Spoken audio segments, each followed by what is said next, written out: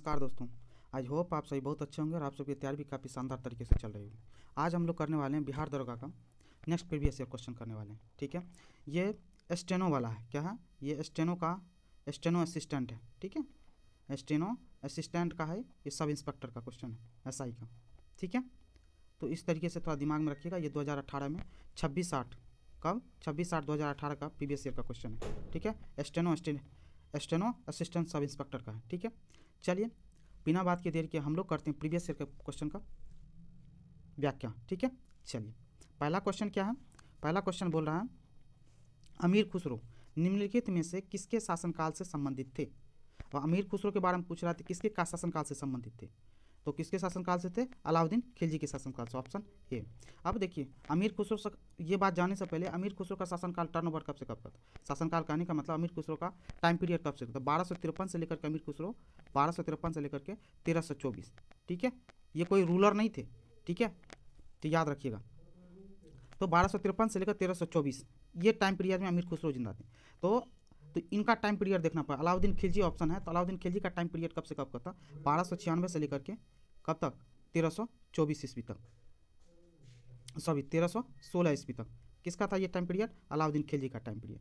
ठीक है, तो ये अमीर खुसरो बहुत सारे शासन के अंतर्गत रहे। ठीक है, अलाउद्दीन खिलजी क्यों? खिलजी डायनेस्टी से थे जुड़े हुए। ठीक है, चलिए Muhammad bin Tughlaq dynasty, Ibrahim Lodi dynasty, Firoz Shah Tughlaq dynasty, ये सब के सब दिल्ली सल्तनत से। अमीर खुसरो भी जो है ना दिल्ली सल्तनत के टाइम पीरियड में ही थे।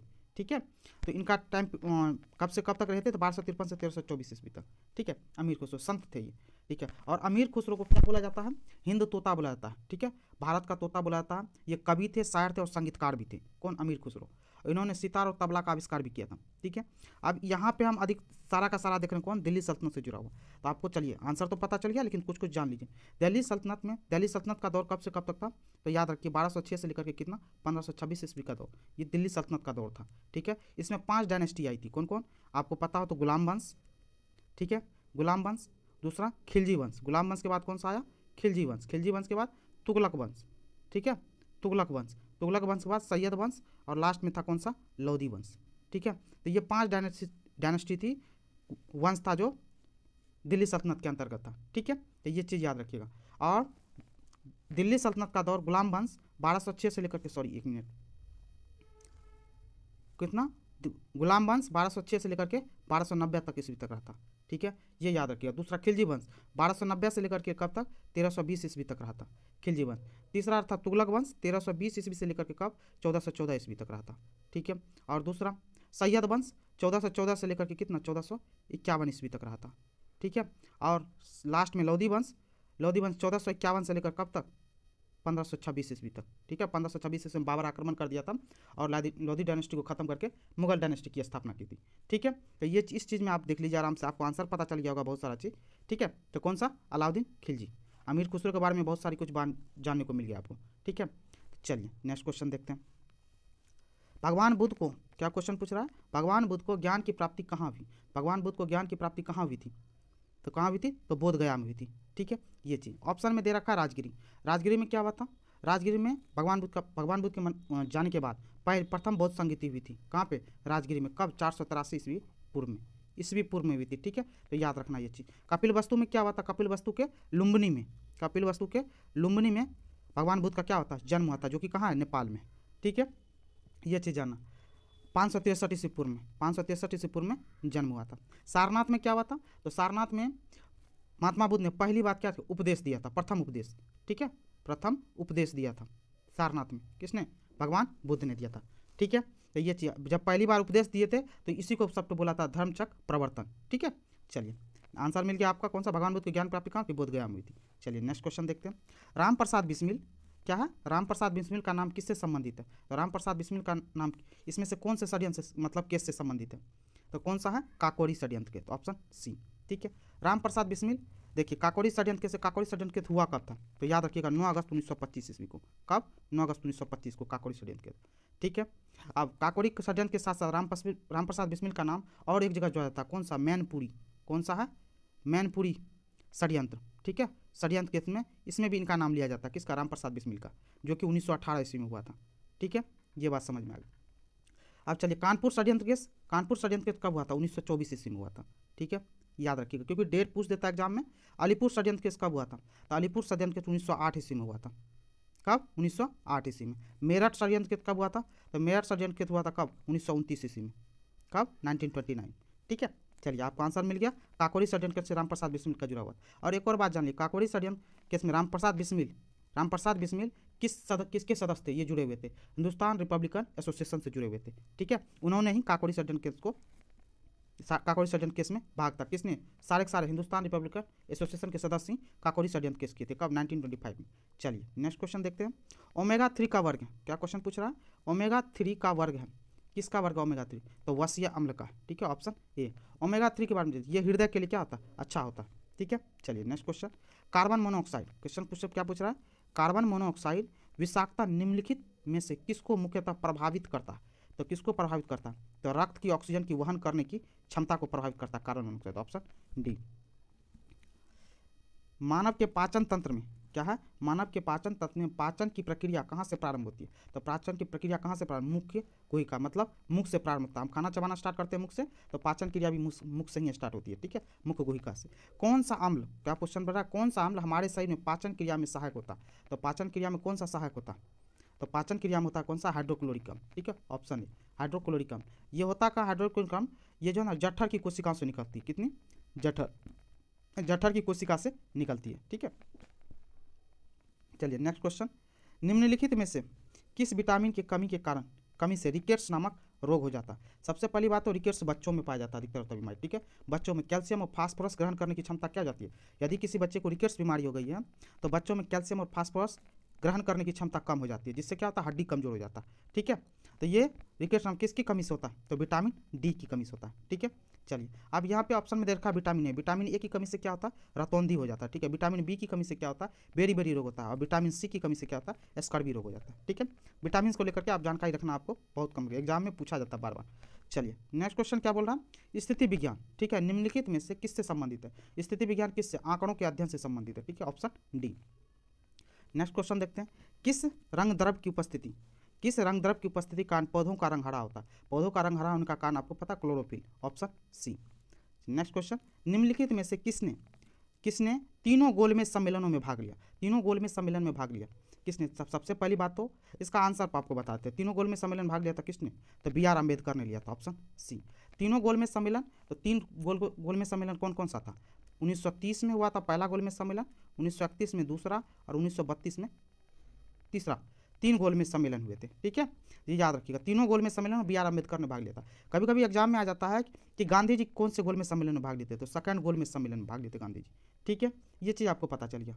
दूसरी चीज़, अब इन चीज़ों में याद रखिए, इन तीनों गोलमेज सम्मेलन में ब्रिटेन के प्रधानमंत्री कौन थे? बोले तो इंग्लैंड के प्रधानमंत्री कौन थे? Ramsay MacDonald. याद रखिएगा, पूछ लेता है तीनों गोलमेज सम्मेलन में इंग्लैंड के प्रधानमंत्री कौन थे? तो रैमजे मैकडोनाल्ड। ठीक है, चलिए वल्लभ भाई पटेल को आप ऑलरेडी जानते हैं, कौन?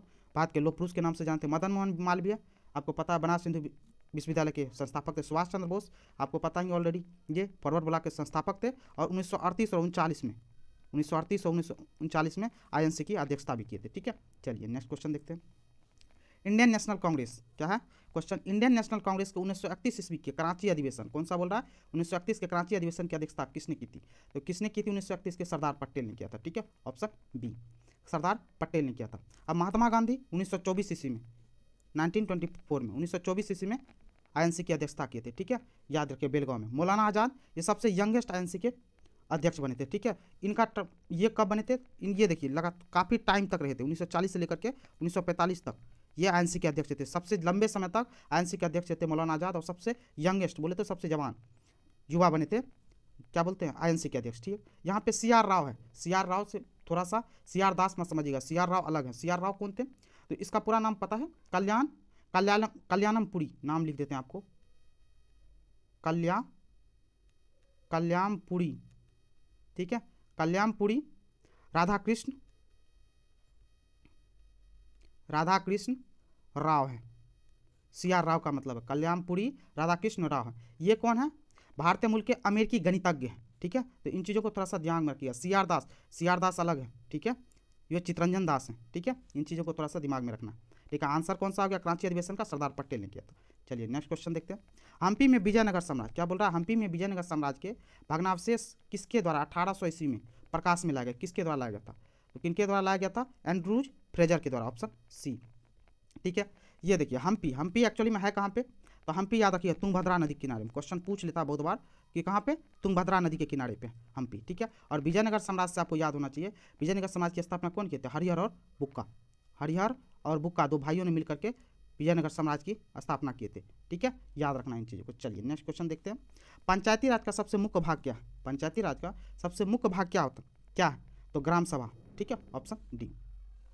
भारत में नए राजनीतिक दल, भारत में नए राजनीतिक दल को अनुमति कौन देता है, तो नए राजनीतिक दल को अनुमति देता कौन, चुनाव आयोग, ऑप्शन ए। अभी चुनाव आयोग के अध्यक्ष कौन है, चुनाव आयुक्त कौन है, अभी राजीव कुमार है। ठीक है, ठीक है, राजीव कुमार 2023 में अभी प्रेजेंट में। ठीक है, उच्चतम न्यायालय के, अभी उच्चतम न्यायालय के क्या तो उच्चतम न्यायालय के न्यायाधीश कौन है अभी, तो DY चंद्रचूड़, याद रखिएगा। स्पीकर कौन है अभी 2022 में लोकसभा स्पीकर, ओम बिरला है। ठीक है, राष्ट्रपति कौन है अभी, द्रौपदी मुर्मू है। कितने नंबर की राष्ट्रपति, 15 नंबर की राष्ट्रपति द्रौपदी मुर्मू। ठीक है, याद रखिएगा। चलिए नेक्स्ट क्वेश्चन देखते हैं। भारत के राष्ट्रपति चुने जाने से पूर्व श्री रामनाथ कोविंद कहाँ के गवर्नर थे, सबसे पहली बात तो रामनाथ कोविंद 14 नंबर के भारत के राष्ट्रपति थे, ये याद रखिएगा। ये उससे पहले गवर्नर बनने से पहले बिहार के ये राज्यपाल थे। ठीक है, तो याद रखिएगा इन चीज़ों को। चलिए नेक्स्ट क्वेश्चन देखते हैं। भारतीय संविधान के, क्या बोल रहा है, भारतीय संविधान के 44वें अनुच्छेद के अनुसार समान संहिता की परिकल्पना निम्नलिखित में से किन के लिए, तो किन के लिए, तो नागरिकों के लिए, ऑप्शन डी। अगस्त 2017 में, क्या बोल रहा है, अगस्त 2017 में भारत के नए उपराष्ट्रपति के रूप में किन्हें चुना गया, तो याद रखिएगा क्वेश्चन जो अभी प्रीवियस बना रहे हैं 2018 का प्रीवियस का क्वेश्चन बना रहे हैं, तो उसके हिसाब से क्वेश्चन है, इसीलिए पूछा 2017 में नए उपराष्ट्रपति किन्हें चुना गया, तो किनको चुना गया था उस समय में, तो वेंकैया नायडू को चुना गया था, ऑप्शन बी। इनका टर्नओवर, ये थे 13 नंबर के उपराष्ट्रपति थे, कितना, 13वें नंबर के उपराष्ट्रपति थे। इसका टर्नओवर क्या था 2017 से 22, 5 साल का होता है उपराष्ट्रपति का टर्नओवर, 17 से 22 का टर्नओवर था। ठीक है, अभी उपराष्ट्रपति कौन है, तो विजय धनखड़े जी। ठीक है, तो ये चीज़ को याद रखिए। मीरा कुमार, मीरा कुमार कौन, तो मीरा कुमार कौन थी, तो ये 2009 से 14 ये क्या, तो लोकसभा स्पीकर रह चुकी है। ठीक है, हामिद अंसारी, हामिद अंसारी कौन है, ये भारत के पूर्व उपराष्ट्रपति रह चुके हैं। 12th नंबर बोले तो 12वें नंबर के भारत के उपराष्ट्रपति है। 2007 से लेकर के 2017 तक बोले तो 2 टर्नओवर में रहेंगे राष्ट्रपति, 2007 से 12 और 12 से 17, 2 बार रहे उपराष्ट्रपति हामिद अंसारी। गोपाल कृष्ण गांधी कौन है, तो गोपाल कृष्ण गांधी कौन है, ये एक्स गवर्नर रह चुके हैं, कहाँ के, बंगाल के। ठीक है, वेस्ट बंगाल के, 2004 से 9 तक ये बंगाल के गवर्नर रह चुके हैं। ठीक है, चलिए नेक्स्ट क्वेश्चन देखते हैं। निम्नलिखित में से कौन सा एक आदेश किसी व्यक्ति के गैरकानूनी ढंग से बंदी बनाए जाने पर उसकी स्वतंत्रता सुनिश्चित करने के लिए उच्चतम न्यायालय द्वारा जारी किया जाता है, तो किसके, तो बंदी प्रत्यक्षीकरण, ए नंबर। ठीक है, ये ऑप्शन। भारत की पहली महिला मुख्यमंत्री थी, अब क्वेश्चन आ गया, भारत की पहली महिला मुख्यमंत्री कौन थी, तो सुचित्रा कृपलानी थी, ऑप्शन बी। ठीक है, सुचित्रा कृपलानी कब बनी थी, ये यूपी की मुख्यमंत्री बनी थी। ठीक है, याद रखिएगा 1963 से लेकर के कब तक, 1967 तक। ठीक है, 1963 से 67 तक, तो यह दिमाग में रखिएगा। ठीक है, पहली महिला मुख्यमंत्री थी। ऑप्शन में दे रखा है शीला दीक्षित, तो शीला दीक्षित कहाँ की मुख्यमंत्री रह चुकी है, दिल्ली की मुख्यमंत्री रह चुकी है। ठीक है, मुख्यमंत्री रह चुकी है ये, और कब से कब तक, याद रखिएगा 15 साल, 1998 से लेकर के 2013 तक ये दिल्ली की मुख्यमंत्री रही थी, 15 साल तक। ठीक है, इनका चीज़ याद रखिएगा। मायावती क्या, मायावती भी यूपी की मुख्यमंत्री रह चुकी है। ठीक है, यूपी की मुख्यमंत्री, ये याद रखिएगा मायावती 4 बार यूपी की मुख्यमंत्री बन चुकी है। कब कब बनी है, 1995 ईस्वी में बन चुकी है। ठीक है, 1997 में बन चुकी है, और क्या 2002 से 2003 तक मुख्यमंत्री रह चुकी है, और एक बार पूर्ण रही है 2007 से लेकर के 2012 तक यूपी की मुख्यमंत्री रहती। कितनी बार हो गया, 4 टाइम्स। ठीक है, 4 टाइम मायावती यूपी की मुख्यमंत्री रह चुकी है। नंदिनी शतपथी ये कहाँ की, तो उड़ीसा की मुख्यमंत्री रह चुकी है। कब, 1972 से 76, कब 1972 से 1976 तक। ठीक है, ये उड़ीसा की मुख्यमंत्री रही है। ठीक है, चलिए नेक्स्ट क्वेश्चन देखते हैं। भारत का कोई नागरिक अपनी नागरिकता खो देगा यदि वह भारत का नागरिकता का परित्याग करता है, एकदम सही बात है।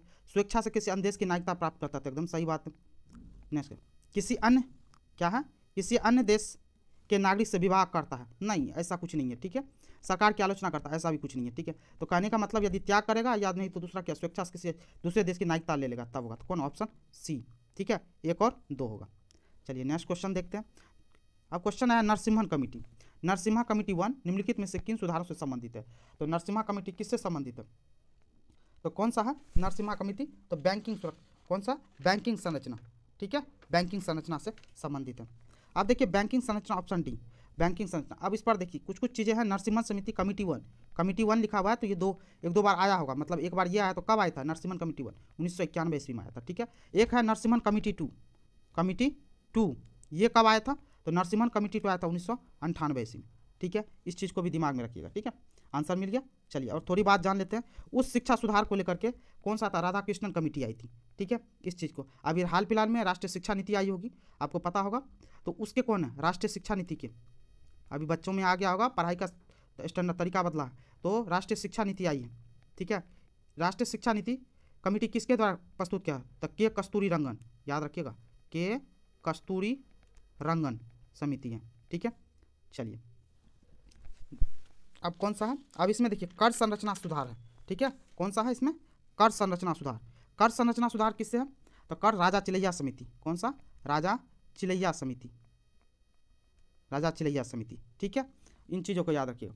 देखिए बैंकिंग संरचना सुधार, तो ये तो नरसिम्हन कमेटी है। इसी टाइप से एक और सुना है आपको लग रहा होगा, बैंक सेवा सुधार को लेकर के।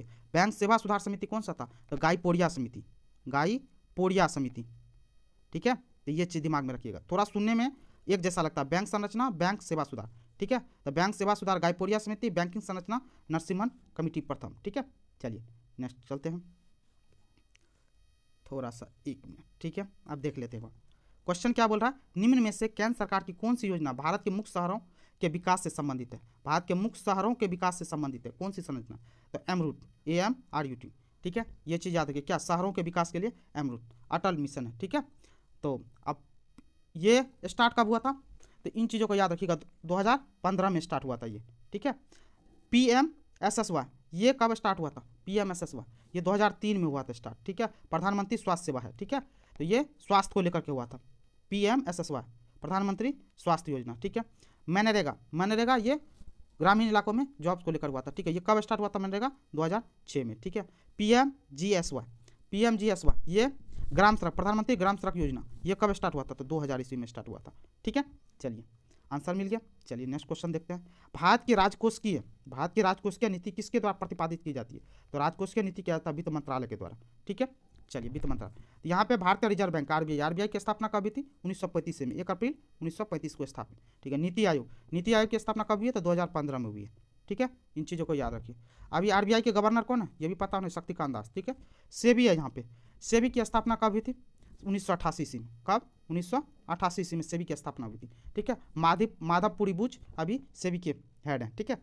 चलिए नेक्स्ट क्वेश्चन है, तालचर कोयले की खान, तालचर कोयले की खान कहाँ पर स्थित है? तो तालचर कोयले की खान कहाँ पे? उड़ीसा में, ऑप्शन सी, ठीक है। तालचर कोयले की खान कोई पूछ देगा, तालचर कोयले की खान किस घाटी में फैला हुआ था? ब्राह्मणी नदी की घाटी में। किसकी? ब्राह्मणी नदी घाटी में फैला हुआ कौन? तालचर कोयले की खान, ठीक है। चलिए नेक्स्ट देख लेते हैं अपने नगर कोझिकोड। क्वेश्चन क्या पूछ रहा है? नगर कोझिकोड क्या कहलाता था? नगर कोझिकोड का अब नया नाम कौन सा है? कालीकट है, ठीक है। जो है कहाँ पे? केरला में, ठीक है, केरल में, ठीक है। याद रखिए त्रिचूर भी कहाँ पे? त्रिचूर शहर है, ये भी कहाँ पे? केरल में, ठीक है। त्रिशूर ये भी केरल में, ठीक है। लेकिन तंजौर कहाँ पे है? तो तंजौर पता होना चाहिए आपको, कहाँ पे? ये तमिलनाडु में। कहाँ पे? तमिलनाडु में, ठीक है। चलिए नेक्स्ट क्वेश्चन, निम्नलिखित में से किस भारतीय राज्य की सीमाएं भूटान राष्ट्र के साथ नहीं मिलती है? इसमें किसके साथ नहीं मिलती है भूटान की सीमा?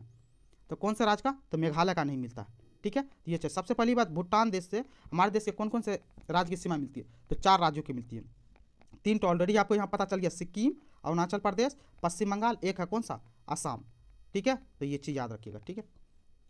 चलिए नेक्स्ट, किस कारण से दिन और रात होते हैं? दिन और रात किस कारण से होता है? तो दिन और रात होते हैं पृथ्वी के घूर्णन से। पृथ्वी के परिक्रमण से क्या होता है? तो मौसम परिवर्तन होता है। क्या होता है? मौसम में परिवर्तन होता है। चलिए नेक्स्ट क्वेश्चन देखें, निम्नलिखित में से खरीफ, क्या पूछ रहा है? खरीफ की फसल कौन सी है? इसमें से खरीफ की फसल कौन सी है? तो बाजरा। कौन सी है? बाजरा खरीफ की फसल है। देखिए खरीफ की फसल, एक रबी फसल सुनते हैं, दूसरा खरीफ फसल सुनते हैं। खरीफ फसल कौन सी है? तो जून जुलाई में इसको रोपा जाता है। कब? जून जुलाई में रोपा जाता है। और काट कब लिया जाता है? सितंबर अक्टूबर में, ठीक है। सितंबर अक्टूबर में इसको काट लिया जाता है। अब अंदाज़ा लगा लो टाइम का क्या है, इतना तो आप समझदार हो ही। तो जून जुलाई में बोया जाता है, सितंबर अक्टूबर में काट लिया जाता है, ठीक है। तो खरीफ फसल कौन कौन सा है आपको बताती, ये तो बाजरा है ही। साथ साथ में आप सुनते होंगे धान का नाम, धान, मक्का, ठीक है, धान, मक्का, बाजरा, ज्वार, ठीक है, मूंगफली, गन्ना, सोयाबीन, ये सब के सब क्या है, तो खरीफ फसल है। रबी फसल कौन कौन सा है, तो रबी फसल कौन सा है आपको, तो रबी फसल भी आप बाकी इसमें से देख लीजिए, बाजरा इसको हटा दीजिए, बाकी सरसों, गेहूं और जो क्या है रबी फसल है। ठीक है, चलिए नेक्स्ट क्वेश्चन देखते हैं। नासा के मानव रहित यान कौन सा, जूनो ने किस ग्रह का परीक्षण किया, तो किस ग्रह का परीक्षण किया था, बृहस्पति का किया, ऑप्शन डी। ठीक है, बृहस्पति सबसे बड़ा ग्रह है ग्रहों में। ठीक है, बुध जो है किसका, सूर्य के सबसे निकट का ग्रह। ठीक है, नेक्स्ट इलेक्ट्रोएन्सेफेलोग्राम क्या बोल रहा है, इलेक्ट्रोएन्सेफेलोग्राम निम्न में से किसकी निगरानी के लिए उपयोग किया होता है, तो किसके लिए करते हैं, तो मस्तिष्क के लिए करते हैं। एक्चुअली क्या होता है, मस्तिष्क में जो विद्युतीय गतिविधि होता है ना, उसको मापने के लिए किया जाता है, किसका, इलेक्ट्रोएन्सेफेलोग्राम का इस्तेमाल किया जाता है। ठीक है, चलिए नेक्स्ट क्वेश्चन। शरीर का तापक्रम नियंत्रित करता है, तो शरीर का तापक्रम कौन नियंत्रित करता है, तो हाइपोथैलेमस ग्रंथि। ठीक है, ऑप्शन बी। सही कथन को चुनिए, अब इसमें सही कथन को चुनना, तो लाल प्रकाश का तरंग बैगनी प्रकाश से कम होता है, नहीं ये गलत है। ठीक है, लाल प्रकाश का तरंग जो बैगनी प्रकाश से ज़्यादा होता है, ये ऑप्शन बी सही हो गया। ठीक है, अब चलिए इसको लेकर देखिए, इसमें तो पढ़ने का बात वही है, तरंग दैर्घ्य को लेकर देगा, तो आपको हम पहली बात बता देते हैं। तो आप विबजियोर का नाम 7, 8, 9, 10 में आप लोग पढ़े होंगे, विबजियोर, VIBGYOR, ये विबजियोर तो आप ऑलरेडी सुने होंगे, 7 कलर्स। ठीक है, तो विबजियोर में याद रखिए, ऊपर से नीचे तरंग दैर्घ्य क्या होता है ना, इधर जाएगी, तो मतलब नीचे में रेड का सबसे ज़्यादा तरंग दैर्घ्य होगा। ठीक है, लेकिन ये क्या होगा, ये फ्रीक्वेंसी, आवृत्ति फ्रीक्वेंसी क्या होगा, तो ऊपर में सबसे ज़्यादा होगा, भी का ज़्यादा होगा, रेड का कम होगा तरंग दैर्घ्य, और जबकि तरंग दैर्घ्य ना फ्रीक्वेंसी भी का ज़्यादा होगा, रेड का कम होगा, और जबकि ये तरंग दैर्घ्य किसका, रेड का ज़्यादा होगा और भी का कम होगा। तो इस तरीके से एक बार याद रख लीजिए, सिंबल डाल करके, अब फ्रीक्वेंसी एक साइड लिख दीजिए, एक साइड तरंग दैर्घ्य लिख दीजिए, इस तरीके से दिमाग में आप याद रख सकते हैं। तो आंसर आपको पता चल गया इसका कौन सा होगा, तो आंसर ऑलरेडी आपको पता चल गया, बी होगा। कौन सा, लाल प्रकाश का तरंग दैर्घ्य बैगनी प्रकाश से ज़्यादा होता है, ऑप्शन बी। चलिए नेक्स्ट क्वेश्चन देखते हैं। 40 डिग्री सेल्सियस, क्वेश्चन क्या पूछ रहा है, 40 डिग्री सेल्सियस का मान फ़ारेनहाइट स्केल में है कितना होगा।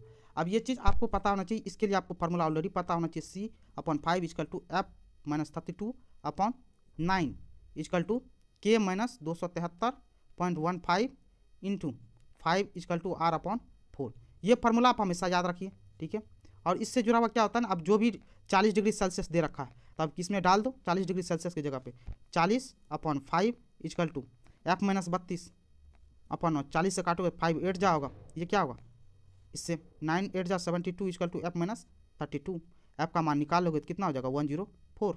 ठीक है, तो यह फार्मूला जरूर याद रखिए। ठीक है, 104 डिग्री फ़ारेनहाइट, ऑप्शन ए हो गया। चलिए नेक्स्ट क्वेश्चन देखते हैं। विद्युत शक्ति की इकाई है, क्वेश्चन पूछ रहा है विद्युत शक्ति की इकाई क्या है, तो विद्युत शक्ति की इकाई क्या है, तो वाट है, ऑप्शन डी। ठीक है, वोल्ट की क्या है, विद्युत वाहक बल का यूनिट वोल्ट है। ठीक है, एम्पियर को किस में, इलेक्ट्रिक करंट को मापते हैं। कूलम किस में, विद्युत आवेश को मापते हैं कूलम से। ठीक है, चलिए नेक्स्ट क्वेश्चन। विद्युत मोटर में होता क्या है, विद्युत मीटर में एक्चुअली होता है विद्युत ऊर्जा को यांत्रिक ऊर्जा में बदला जाता है। ठीक है, ऑप्शन सी। यहाँ पे लिखा हुआ यांत्रिक ऊर्जा को विद्युत ऊर्जा में बदला जाता है, किसके द्वारा बदला जाता है, तो डायनेमो के द्वारा बदला जाता है। ठीक है, डायनेमो के द्वारा इन चीज़ों को, विद्युत मोटर से विद्युत ऊर्जा को यांत्रिक ऊर्जा में बदलते हैं। ठीक है, यांत्रिक ऊर्जा को विद्युत ऊर्जा में डायनेमो के द्वारा बदलते हैं। चलिए नेक्स्ट क्वेश्चन। मानव शरीर में होता है, मानव शरीर में लगभग 70% पानी होता है, ऑप्शन ए। ठीक है, विद्युत धारा निम्न में से किस उपकरण से नापी जाती है, आप पूछ रहा विद्युत धारा किस उपकरण से नापी जाती है, तो विद्युत धारा किस उपकरण से नापी जाती है, तो एमीटर से नापी जाती है। ठीक है, यह देखिएगा। वोल्ट मीटर से किसको मापते हैं, पोटेंशियल डिफरेंस को मापते हैं, वोल्ट मीटर से पोटेंशियल डिफरेंस को। ठीक है, थर्मामीटर से क्या नापते हैं, टेम्परेचर को मापते हैं, डॉक्टर आपको थर्मामीटर से ही नापता है। ठीक है, पोटेंशियोमीटर से इलेक्ट्रोमैग्नेटिक फोर्स EMF को मापते हैं। ठीक है, इलेक्ट्रोमैग्नेटिक फोर्स।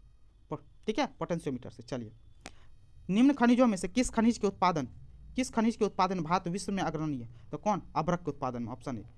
जिप्सम के उत्पादन में कौन है, तो US टॉप पे है। ठीक है, तांबा के उत्पादन में कौन है, तो चिली। ठीक है, चिली टॉप पे। लो अयस्क के उत्पादन में कौन है, ऑस्ट्रेलिया। ठीक है, ऑस्ट्रेलिया लो अयस्क के उत्पादन में। चलिए नेक्स्ट क्वेश्चन। आइंस्टीन को नोबेल प्राइज, क्वेश्चन पूछ रहा है आइंस्टीन को नोबेल प्राइज किस कार्य में मिला था, तो किसने, प्रकाश विद्युत प्रभाव फोटो इलेक्ट्रिक इफेक्ट के लिए मिला था। कब मिला था, 1921 ईस्वी में मिला था। कब, 1921 ईस्वी में नोबेल पुरस्कार मिला था, कब, आइंस्टीन को। ठीक है, किस क्षेत्र में मिला था, तो फिजिक्स के क्षेत्र में मिला था। ठीक है, चलिए नेक्स्ट क्वेश्चन। कोशिका का शक्ति स्रोत होता है, तो कोशिका का शक्ति स्रोत क्या होता, तो कोशिका का शक्ति स्रोत होता क्या, माइटोकॉन्ड्रिया। ठीक है, माइटोकॉन्ड्रिया कोशिका के शक्ति का स्रोत होता है। चलिए, एड्स निम्न कारणों से किसके द्वारा होता है, एड्स जो होता है ना निम्न कारणों से किसके द्वारा होता है, तो एड्स होता है किसके द्वारा, विषाणु के द्वारा। ठीक है, चलिए आर्द्रता, सॉरी आर्द्रता क्वेश्चन क्या पूछ रहा है, आर्द्रता किस उपकरण से मापी जाती है, तो आर्द्रता किस उपकरण से मापी जाती है, तो आर्द्रता मापी जाती है हाइग्रोमीटर से, ऑप्शन बी।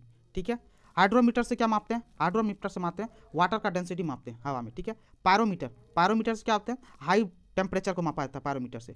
ठीक है, और लैक्टोमीटर से क्या मापते हैं, दूध की शुद्धता मापते हैं, मतलब दूध में कितनी डेंसिटी है इस चीज़ को लैक्टोमीटर से मापते हैं। चलिए नेक्स्ट क्वेश्चन, दाब की इकाई क्या है, क्वेश्चन क्या पूछ रहा है कि दाब की इकाई क्या है, तो दाब की इकाई क्या है, तो न्यूटन प्रति वर्ग मीटर, ऑप्शन है। इसी को हम लोग पास्कल भी बोलते हैं। ठीक है, तो इन चीज़ों को भी थोड़ा दिमाग में रखना है। ठीक है, चलिए न्यूटन मीटर किसको, तो बल आघूर्ण जिसको आप टॉर्क बोलते हैं मापते हैं। ठीक है, न्यूटन बल का मात्रक है। ठीक है, न्यूटन प्रति मीटर किसका, पृष्ठ तनाव का, जिसको सरफेस टेंशन बोलते हैं आप लोग।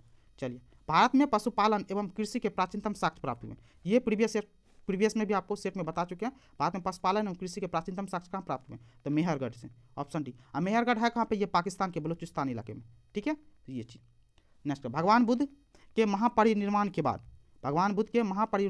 पहली बौद्ध संगीति हुई थी कहाँ हुई थी, तो पहली बौद्ध संगीति हुई थी राजगिरी में। ठीक है, राजगिर में कब हुई थी, तो 483 ईस्वी पूर्व में। ये क्वेश्चन आपको हम बहुत बार बता चुके हैं, प्रीवियस सेट में भी बहुत बार आ चुका है। ठीक है, तो ये चीज़, तो प्रथम क्या बोल रहा है, पहली बौद्ध संगीति 483 में, दूसरी कहाँ हुई थी, वैशाली में हुई थी, कब, 383 ईस्वी पूर्व में।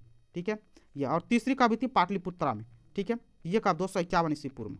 ठीक है, और चौथी कब हुई थी, चौथी कहाँ हुई थी, तो चौथी हुई थी कहाँ पे, तो कश्मीर में। ठीक है, कश्मीर के कुंडलवन में प्रथम शताब्दी में हुई थी। ठीक है, तो ये याद है कनिष्क के टाइम में, तो ये आपको पता चल गया। चलिए नेक्स्ट देखते हैं, एक भारतीय राज्य के रूप में बिहार बना, तो एक भारतीय राज्य के रूप में बिहार कब बना, तो 1912 ईस्वी में, ऑप्शन बी। 1911 ईस्वी में, ठीक है, बिहार बंगाल को अलग करके 1912 में बिहार राज्य को दर्जा मिल गया। ठीक है, बिहार को एक राज्य का दर्जा 1912, ऑप्शन ए बी। ठीक है, ऑप्शन बी।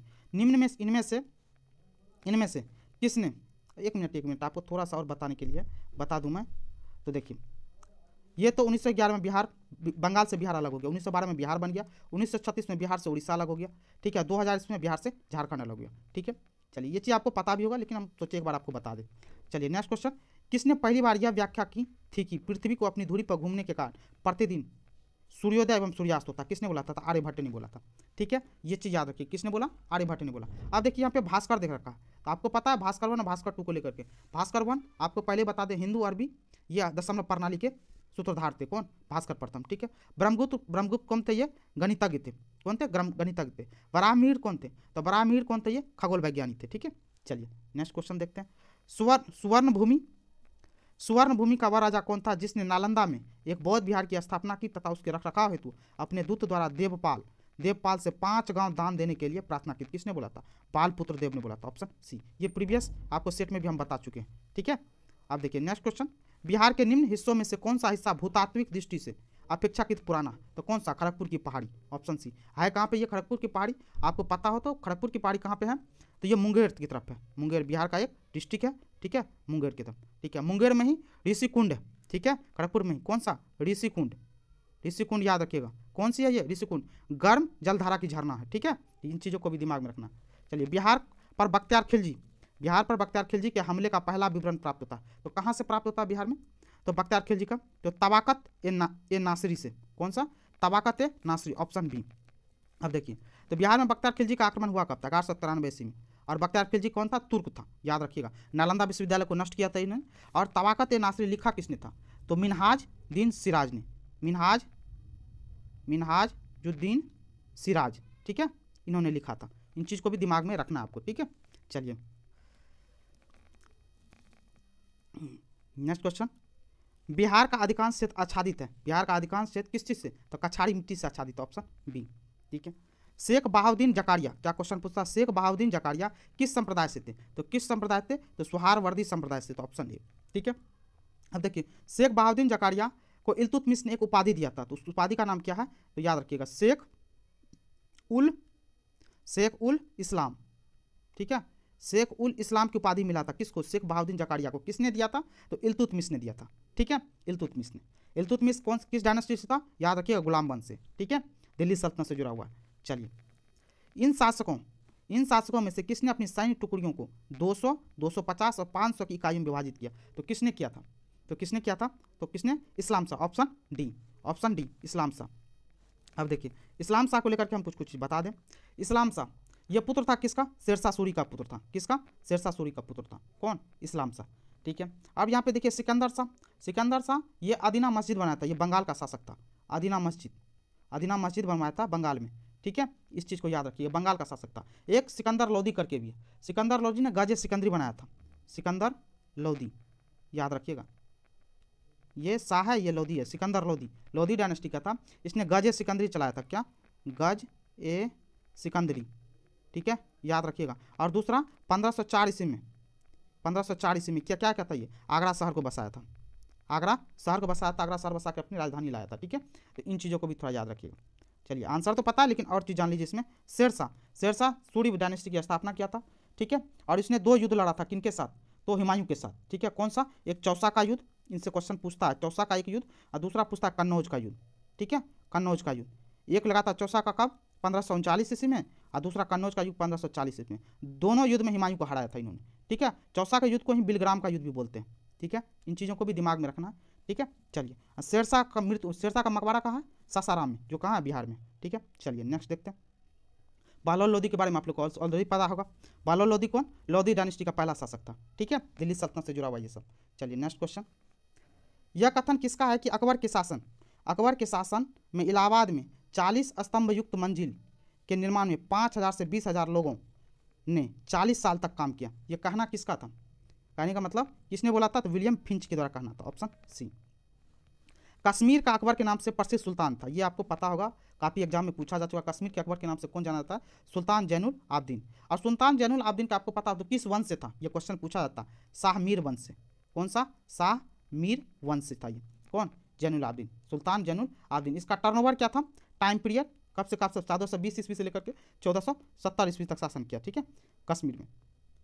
और दूसरी बात याद रखिएगा इनसे, ऑप्शन में सुल्तान शमसुद्दीन शाह, ये बंगाल का शासक था, इसी को बुलाता था हाजी इलियास। ठीक है, चलिए बाकी। और इसको देखिए, सुल्तान जैनुल आबदीन को बुढ़ शाह भी बोलते थे सभी को। बुढ़, देख लीजिए, बुढ़ शाह। बुढ़ शाह का मतलब क्या होता है वहाँ के लोकल भाषा में? बुढ़ शाह बुलाता था महान शाह, बोले तो महान शाह, बोले तो महान शासक। ठीक है, चलिए नेक्स्ट क्वेश्चन देखते हैं। फरेजी आंदोलन, क्या बोल रहा है? फरेजी आंदोलन की शुरुआत किसने की? तो फरेजी आंदोलन की शुरुआत किसने किया था? तो हाजी शरियतुल्लाह। ऑप्शन ए, हाजी शरियतुल्लाह ने फरेजी आंदोलन की शुरुआत किया कब था? कितने ईस्वी में? तो कब किया था? 1818 ईस्वी में। ठीक है, तो याद रखिएगा। सलीमुल्लाह ऑप्शन में दे रखा है। सलीमुल्लाह कौन थे? तो यही मुस्लिम लीग के संस्थापक थे। कब? 1924 मुस्लिम लीग की स्थापना हुई थी और उसके संस्थापक थे सलीमुल्लाह। मोहम्मद अली जिन्ना के बारे में पता होगा, ये भी मुस्लिम लीग से जुड़े हुए थे। इसको हिंदू मुस्लिम एकता का एम्बेसडर बोला जाता है। मोहम्मद अली जिन्ना को किसने बोला था हिंदू मुस्लिम एकता का एम्बेसडर? तो सरोजनी नायडू ने बोला था इसको। ठीक है, याद रखिएगा, सरोजनी नायडू ने बोला था इसको। ठीक है, हिंदू मुस्लिम एकता का एम्बेसडर बोला था मोहम्मद अली जिन्ना को। ठीक है, नेक्स्ट क्वेश्चन देखते हैं। पुस्तक poverty and un British rule in India किसने लिखी थी? तो आपको पता कौन? दादा भाई नौरोजी ने लिखा था। बहुत बार क्वेश्चन पूछा जा चुका। Grand old man of India बोलते हैं अपने लोग इनको। ठीक है, चलिए अब यहाँ पे आरसी दत्त कौन थे? रमेश चंद्र दत्त, पूरा नाम हो क्या होगा? रमेश चंद्र, ये इतिहासकार थे। बिपिन चंद्र पाल, ठीक है, बिपिन चंद्र पाल ये कौन थे? ये भी राइटर थे। ठीक है, 1887 ईस्वी में आईएनसी के अध्यक्ष भी बने थे ये बिपिन चंद्र पाल। ठीक है, लाल बाल पाल के नाम से जाने जाते हैं, तो उसमें बिपिन चंद्र पाल भी थे बंगाल से। ठीक है, लाला लाजपत राय, इसको क्या बोलते हैं? पंजाब केसरी या पंजाब के शेर के नाम से जानते हैं। ठीक है, इसको। और दूसरी बात क्या है, ये गरम दल के नेता थे, लाला लाजपत राय, पाल से बिपिन चंद्र पाल, लाल बाल और बाल से बाल गंगाधर तिलक। ठीक है, ये चीज़ आपको दिमाग में रखनी चाहिए। पॉवर्टी एंड ब्रिटिश रूल लिखा कब गया था? 1901 ईस्वी में। ठीक है, दादा भाई नौरोजी। ऑप्शन पता चल गया, ऑप्शन बी। चलिए नेक्स्ट क्वेश्चन। निम्न में से कौन सा एक स्थलरुद्ध देश है? स्थलरुद्ध मतलब जिनकी चारों तरफ जो है ना कोई न कोई दूसरा देश है, पानी से नहीं लगा हुआ है, मतलब समुद्र से बॉर्डर जो इनकी किसी न किसी देश के साथ सटा हुआ। तो स्थलरुद्ध कौन सा देश है? तो कौन सा है? तो स्थलरुद्ध कौन सा है? तो हंगरी है। कौन सा है? हंगरी यूरोपियन देश है। ठीक है, याद रखिएगा, हंगरी यूरोपियन देश। हंगरी की राजधानी कहाँ? बुडापेस्ट है।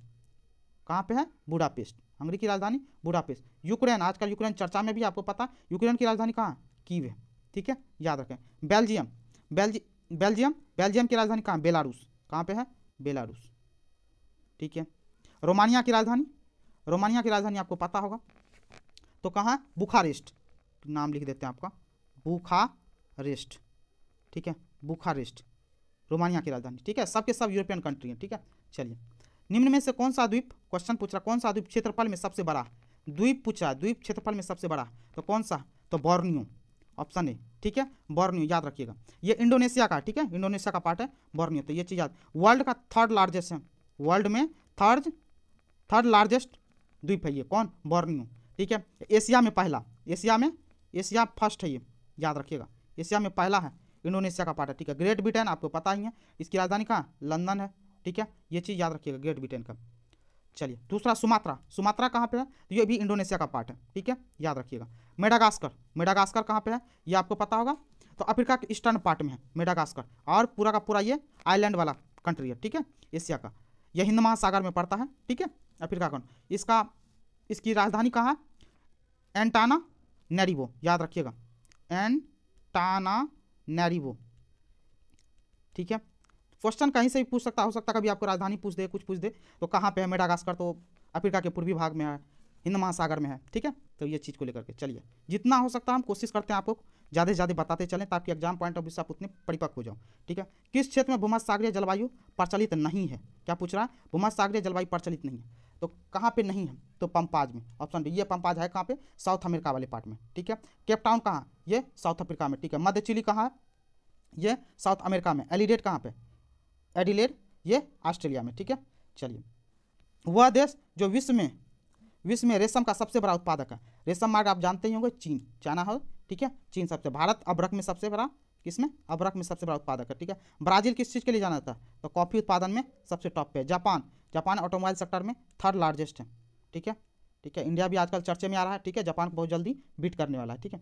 चलिए, संयुक्त राष्ट्र अमेरिका को छोड़कर विश्व के निम्न देशों में कौन सा देश कच्चे तेल का सर्वाधिक उत्पादन करता है? कौन सा? सऊदी अरब, आपको पता ही होगा, सऊदी अरब कच्चे तेल का सबसे ज़्यादा उत्पादक देश है, ठीक है। दीनबंधु छोटू राम, देखिए Deenbandhu Chhotu Ram thermal power station कहाँ स्थित है? तो कहाँ पे है? यमुनानगर, हरियाणा में, ठीक है। अब दीनबंधु छोटू राम पावर स्टेशन को याद रखिएगा, ये कोयला पे चलने वाला थर्मल पावर प्लांट है। किस पे? कोयला पर आधारित थर्मल पावर प्लांट है, ठीक है। चलिए नेक्स्ट क्वेश्चन देखते हैं।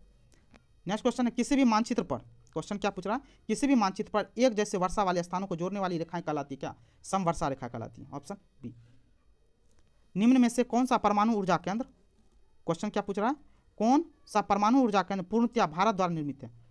पूर्णतया भारत द्वारा निर्मित कौन सा परमाणु केंद्र? तो कल्पक्कम, कौन सा है? Kalpakkam, option C. कल्पक्कम है कौन से स्टेट में? तो याद रखिएगा तमिलनाडु में। कहाँ पे? तमिलनाडु। रावत भाटा कहाँ पे है? तो रावत भाटा कहाँ पे? राजस्थान में है, ठीक है। कुडनकुलम ये कहाँ पे है? तो ये तमिलनाडु में, ठीक है। और नरोरा कहाँ पे है? यूपी में, ठीक है। इन चीज़ों को याद रखिए, क्वेश्चन कहीं से ही पूछ लेता है कौन कहाँ का है, ठीक है। स्वर्ण क्रांति से संबंधित है, तब स्वर्ण क्रांति से संबंधित कौन है? तो स्वर्ण क्रांति से संबंधित कौन? बागवानी, ठीक है, ऑप्शन डी। अब देखिए बहुत सारी क्रांति बहुत टाइप से पूछा जाता है, आपको याद रखना। आपको एक बार हम कुछ बोल देते हैं, कुछ क्रांति का नाम, जैसे हरित क्रांति किससे? कृषि को लेकर के। श्वेत क्रांति दूध को लेकर के। नीली क्रांति किससे? मत्स्य को लेकर के। पीली क्रांति किससे? तो तिलहन को लेकर के। लाल क्रांति मांस और टमाटर को लेकर के। गोल क्रांति आलू से है। सुनहरी क्रांति किससे? फल से है। और सैफरन क्रांति किसको? केसर से है, ठीक है। इन सब चीज़ों को थोड़ा थोड़ा दिमाग में रखा कीजिए, क्रांति को, क्वेश्चन कहीं से भी आ जाता है। एक एक 2 नंबर एग्जाम में कभी काफ़ी इंपॉर्टेंट रोल अदा कर जाते हैं, ठीक है। वो कौन सा दर्रा है जो नीलगिरी पर्वत के दक्षिण भारत में स्थित है? तो कौन सा दर्रा? नीलगिरी पर्वत से।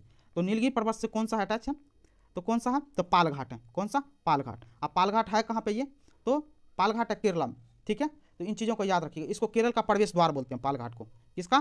केरल का प्रवेश द्वार बोलते हैं, केरल का प्रवेश द्वार बोलते हैं इसको, ठीक है, प्रवेश द्वार बोलते हैं। किसको? पालघाट को। याद रखिएगा, इसी पालघाट के दर्रा के थ्रू केरला जो है ना, केरल कर्नाटका और तमिलनाडु से,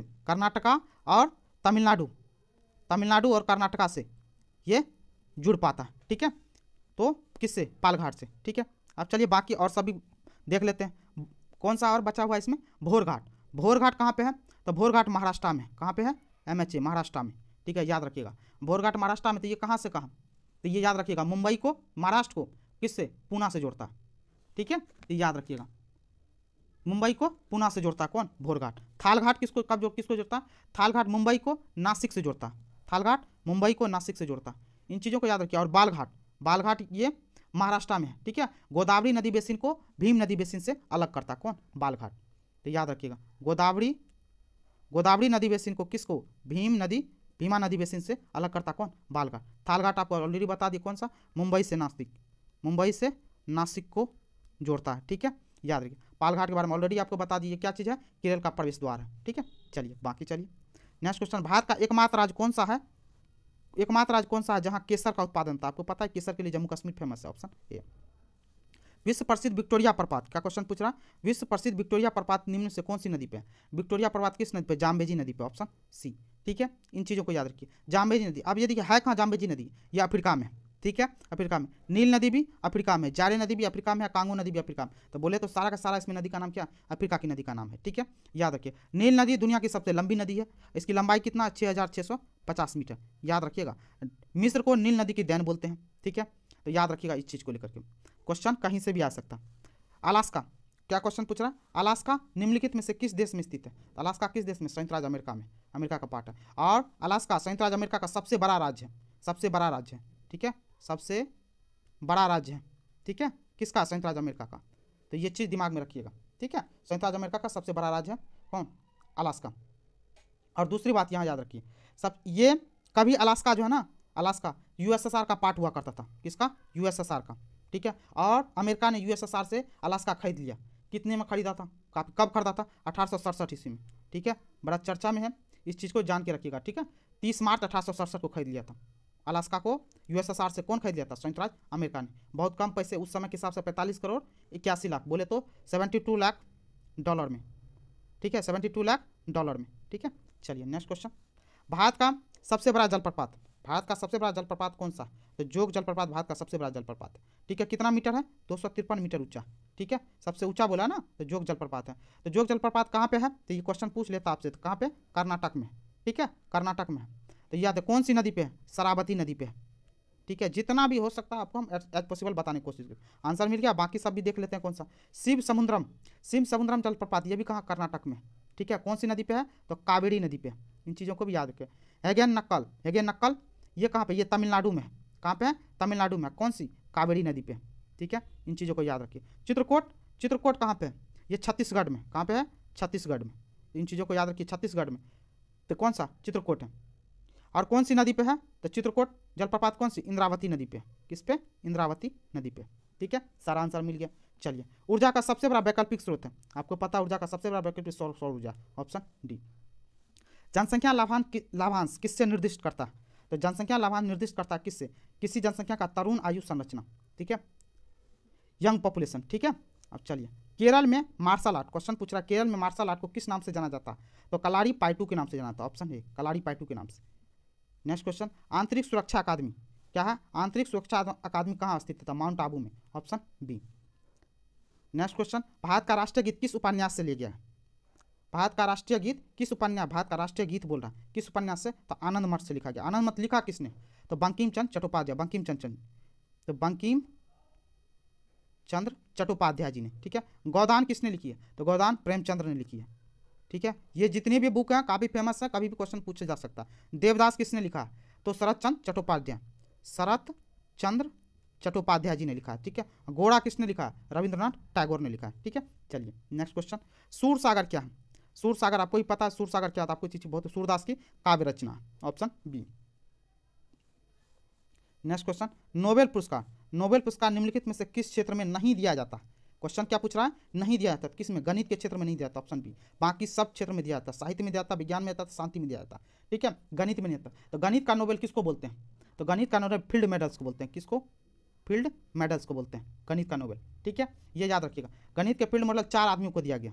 ठीक है, 4 आदमियों को दिया गया। ठीक है, आंसर तो पता चल गया, थोड़ा सा हम बता देते हैं आपको। तो गणित के क्षेत्र में 4 आदमियों को दिया, किसको, नाम सुना देते हैं आपको, ह्यूगेन कोपिन, कौन है, ह्यूगेन कोपिन, शॉर्ट नाम लिख देते हैं, ह्यूगेन कोपिन, समझे। दूसरा नाम मरीना को। ठीक है, तीसरा कौन सा है, जून हा को। और चौथा पर्सन कौन सा है, चौथा पर्सन मेरनॉड, जेम्स मेरनॉड। ठीक है, जेम्स मेरनॉड। इन चारों को मिला है, मिला करके मिला कौन, गणित का नोबेल 2022 का। ठीक है, ये पता चल गया। चलिए नेक्स्ट है साहित्य के क्षेत्र में, ये तो हो गया फील्ड मेडल मिला था जो गणित से दिया था। अब नोबेल पुरस्कार 2022 में साहित्य का किसको मिला, तो एनी एर्नॉक्स को मिला, किसको, एनी एर्नॉक्स को। ये 2022 का नोबेल मिला है साहित्य के क्षेत्र में। विज्ञान के क्षेत्र में किसको मिला है, देखिए बहुत सारे आ जाएंगे इसमें, तो बताना थोड़ा वीडियो लंबा हो जाएगा। ठीक है, फिर भी हम फिजिक्स को लेकर के बता देते हैं। ठीक है, एलन एस्पेक्ट को मिला, एलन एस्पेक्ट को। दूसरा बात कौन है, जॉन एफ क्लोजर को मिला है, और एंटोन जिलिंगर को मिला है। ठीक है, इन तीनों आदमी को मिला कौन, फिजिक्स के क्षेत्र में विज्ञान का नोबेल। शांति के क्षेत्र में किसको मिला, शांति के क्षेत्र में 3 आदमी को मिला, ये काफ़ी पूछा जाता है शांति के क्षेत्र में, तो आपको बता देते हैं। शांति के क्षेत्र में बालियास्की को मिला, बालियास्की और दूसरा मेमोरियल, तीसरा सेंटर फॉर सिविल लिबर्टीज को, इन तीनों को मिला है 2022 का शांति पुरस्कार। ठीक है, चलिए नेक्स्ट क्वेश्चन देखते हैं। सुब्रतो कप निम्नलिखित में से किससे संबंधित है? तो सुब्रतो कप किससे संबंधित है? तो फुटबॉल से संबंधित है। ठीक है, चलिए नेक्स्ट क्वेश्चन। ओपेक क्या है? पेट्रोलियम निर्यातक देशों का संगठन का मुख्यालय पूछ रहा कहाँ? तो ओपेक देशों का मुख्यालय कहाँ? वियना में। ओपेक की स्थापना हुई थी कब? 1960 ईस्वी में, याद रखिएगा। कहाँ पे हुई थी? तो बगदाद में। ठीक है, बगदाद में, तो ये चीज़ याद रखिएगा ओपेक को लेकर के। चलिए नेक्स्ट क्वेश्चन। राष्ट्रीय बालिका शिशु दिवस, क्या पूछ रहा? राष्ट्रीय बालिका शिशु दिवस कब मनाया जाता है? तो 24 जनवरी को मनाया जाता है, ऑप्शन डी। ठीक है, तो 12 जनवरी को कौन सा मनाते हैं? तो हम राष्ट्रीय युवा दिवस मनाते हैं, नेशनल यूथ डे। ठीक है, 12 जनवरी को। Next question. हॉर्नबिल फेस्टिवल, क्या बोला? हॉर्नबिल फेस्टिवल भारत के किस राज्य में? तो नागालैंड में मनाया जाता है, ऑप्शन ए। ठीक है, अब नेक्स्ट क्वेश्चन। एनएसडीएल का पूरा नाम क्या है? अब ये देखिए, एनएसडीएल का पूरा नाम क्या है? तो एनएसडीएल का पूरा नाम है national security depository limited, option B. और ये कब स्थापना होता है एनएसडीएल की स्थापना? एनएसडीएल की स्थापना होती कब? 1996 ईस्वी में, 1996 में। चलिए नेक्स्ट क्वेश्चन। भास्कर की लीलावती, क्वेश्चन क्या पूछ रहा है? भास्कर की लीलावती किस विषय का मानक मूल है? भास्कर की लीलावती किस का है? तो गणित का है। सुनने में लगता है किसी ऐसा नाम कि किसी न किसी काव्य को लेकर के होगा। ठीक है, लीलावती किसको लेकर के? तो गणित को लेकर के। और यही चीज़ देखिए, लीलावती लिखा कौन है? तो भास्कर द्वितीय ने। अब इससे पहले भास्कर 1 के बारे में ऑलरेडी आपको बता चुके हैं, वो बता नहीं रहे आपको। भास्कर द्वितीय, इसी को हम लोग भास्कराचार्य भी बोलते हैं। ठीक है, किसको? इसी को भास्कर द्वितीय को भास्कराचार्य लिखते हैं। इन्होंने संस्कृत में लिखा था। ठीक है, तो अंगणित को लिखा था। कि किसको लिखा? अंगणित लिखा था। ठीक है, और भास्कर 1 कौन था? तो हिंदू यूनानी दशमलव प्रणाली को लिखा था। ठीक है, चलिए नेक्स्ट क्वेश्चन देखते हैं। वाक्यांश क्या है? वाक्यांश जस्ट डू इट किस कंपनी का संबंधित है? किस कंपनी का लोगो है? ये मतलब वाक्य है जस्ट डू इट, नाइकी का। ठीक है, ऑप्शन डी। नेक्स्ट, मधुबनी शैली, क्या क्वेश्चन पूछ रहा है? मधुबनी शैली जो कि एक लोक चिंतन शैली है, निम्नलिखित में से किस राज्य में प्रसिद्ध है? तो आपको पता है मधुबनी शैली कहाँ पे है? तो बिहार में फेमस है। ठीक है, ऑप्शन डी, बिहार का है। Next question. भारत ने हाल ही में खुद को किस रोग से मुक्त घोषित किया? क्वेश्चन आपको बार बार दिमाग में रखना, 2018 का प्रीवियस ईयर का क्वेश्चन है। ठीक है, तो इस हिसाब से ये किस रोग से मुक्त घोषित किया? तो क्या किससे किया था? पोलियो से किया था, ऑप्शन डी। तो मुक्त क्या कहते हैं, कब किया था? ये 2014 में भारत हो गया था। ठीक है, तो 2014 में, इन चीज़ों को याद रखना। ठीक है, नेक्स्ट क्वेश्चन। पाँचवीं, क्या क्वेश्चन पूछ रहा? पाँचवीं ईस्ट एशिया समिट, पाँचवीं ईस्ट एशिया समिट की बैठक किस देश में आयोजित की गई? तो कहाँ पे किया गया आयोजित? तो ये तो वियतनाम में। ठीक है, आपको बार बार याद रखना, 2018 का प्रीवियस ईयर का क्वेश्चन है। तो पाँचवीं ईस्ट एशिया वियतनाम में पूछा। तो अभी 2022 में भी हुआ है। ठीक है, ईस्ट एशिया समिट 2022 में, ये कहाँ पे हुआ है? तो कंबोडिया में हुआ। कहाँ पे? कंबोडिया में, कंबोडिया की राजधानी में, कंबोडिया में हुआ 2022 का। ठीक है, हमारे देश को उपराष्ट्रपति गए थे कौन? जगदीप धनखड़ जी गए हुए थे। ठीक है, याद रखिए। ईस्ट एशिया समिट की स्थापना कब हुई थी? स्टार्ट हुआ ये 2005 से। ठीक है, ये 2022 में था। आप अंदाजा लगा लीजिए कितने नंबर का था? 17वीं एशिया हुआ था। ठीक है, और 10 देशों का संगठन है ये। कौन सा? ईस्ट एशिया समिट, 10 देशों का। चलिए नेक्स्ट देखते हैं। हाल ही में रक्षा अनुसंधान एवं विकास संगठन DRDO द्वारा विकसित मानव रहित टैंक का नाम क्या है? तो मानव रहित टैंक का नाम क्या? मुंत्रा। ठीक है, तो याद रखिएगा ये मुंत्रा, आई थिंक 2017 के में ये मानव रहित टैंक बना था, मुंत्रा। ठीक है, चलिए नेक्स्ट देख लीजिए। गांधी जी के चंपारण पधारने में 100वीं वर्षगांठ 2017 में किस महीने में थी? तो अप्रैल महीने में थी। ठीक है, तो गांधी जी चंपारण आए थे कब? 15 अप्रैल में आए थे। कब? 1917 इसमें। चंपारण सत्याग्रह आपको पता ही होगा, चंपारण तिनकटिया पद्धति को लेकर, नील की खेती को लेकर के चंपारण में। ठीक है, तो ये कब? 2017 में, 2017 में 100वीं वर्षगांठ मनाया। ठीक है, अप्रैल के महीने में। ठीक है, चलिए नेक्स्ट क्वेश्चन। कौन सी मेट्रो रेल सर्विस विश्व की पहली पूर्णतया हरित मेट्रो सिस्टम में पहचानी गई है? तो कौन? Delhi, option A. निम्न में से किस राज्य सरकार ने बालिकाओं के लिए स्नातक डिग्री तक मुफ्त शिक्षा प्रदान करने का फैसला किया? तो किसने किया? तो कर्नाटक सरकार ने। ठीक है, निम्नलिखित में से किस शहर में ग्रीष्मकालीन ओलंपिक 2020 होने जा रहा? 2018 का प्रीवियस ईयर का क्वेश्चन है, तो आप अंदाजा लगा लो किस ग्रीष्मकालीन ओलंपिक 2020 का बात रहा, जो कोरोना की वजह से 2021-22 में होता। कौन सा? 21 में टोक्यो में हुआ था। ठीक है, लंदन में ग्रीष्म ओलंपिक कब हुआ था? लंदन में 2012 में हुआ था। ठीक है, एक बात याद रखिए, ग्रीष्म ओलंपिक बोल रहा, शीतकालीन ओलंपिक अलग होता है, ये ग्रीष्मकालीन ओलंपिक की बात बता रहा हूँ मैं। ठीक है, टोक्यो। पेरिस में कब हुआ था ग्रीष्मकालीन? होने वाला है 2024 में होने वाला है। ठीक है, फ्रांस में। मॉस्को में कब हुआ था? तो 1980 में हुआ था, USSR के टाइम। ठीक है, चलिए। आज़ादी के बाद भाषा के आधार पर भारत के राज्यों का पुनर्गठन किस वर्ष हुआ? तो 1953 ईस्वी में हुआ था। ठीक है, याद करो। राज्य पुनर्गठन आयोग की कौन? फजल अली थे, जो कि आंध्र प्रदेश पहला राज्य बना था। ठीक है, आंध्र प्रदेश पहला राज्य बना था 1953 ईस्वी में। राज्य पुनर्गठन के, ठीक है। और राज्यों का पुनर्गठन आयोग के अध्यक्ष कौन थे? तो फजल अली, ठीक है। चलिए नेक्स्ट क्वेश्चन, निम्न तत्वों में से किसमें न्यूट्रॉन नहीं होता? तो न्यूट्रॉन किसमें नहीं होता था? हाइड्रोजन में नहीं होता, option C. Next question, angstrom इकाई है, एंगस्ट्रम किसकी इकाई है? तो एंगस्ट्रम किसकी इकाई है? तरंग दैर्घ्य का, किसका? तरंग दैर्घ्य का। एक एंगस्ट्रम इक्वल टू कितना आता है? 1 एंगस्ट्रम इक्वल टू 10⁻⁻10 मीटर होता है, ठीक है, याद रखना ये सब चीज़। आवृत्ति को मापा जाता है, आवृत्ति को किस में मापते हैं? तो आवृत्ति को हर्ट्ज में मापते हैं, ऑप्शन ए। आपको पता है मनुष्य कितना से कितना हर्ट्ज तक सुन सकता है? 20 हर्ट्ज से लेकर के कितना तक? 20,000 हर्ट्ज तक, ठीक है। ये मनुष्य के सुनने की क्षमता है, 20 हर्ट्ज से 20,000 हर्ट्ज तक, ठीक है, मनुष्य सुन सकता है। Next question,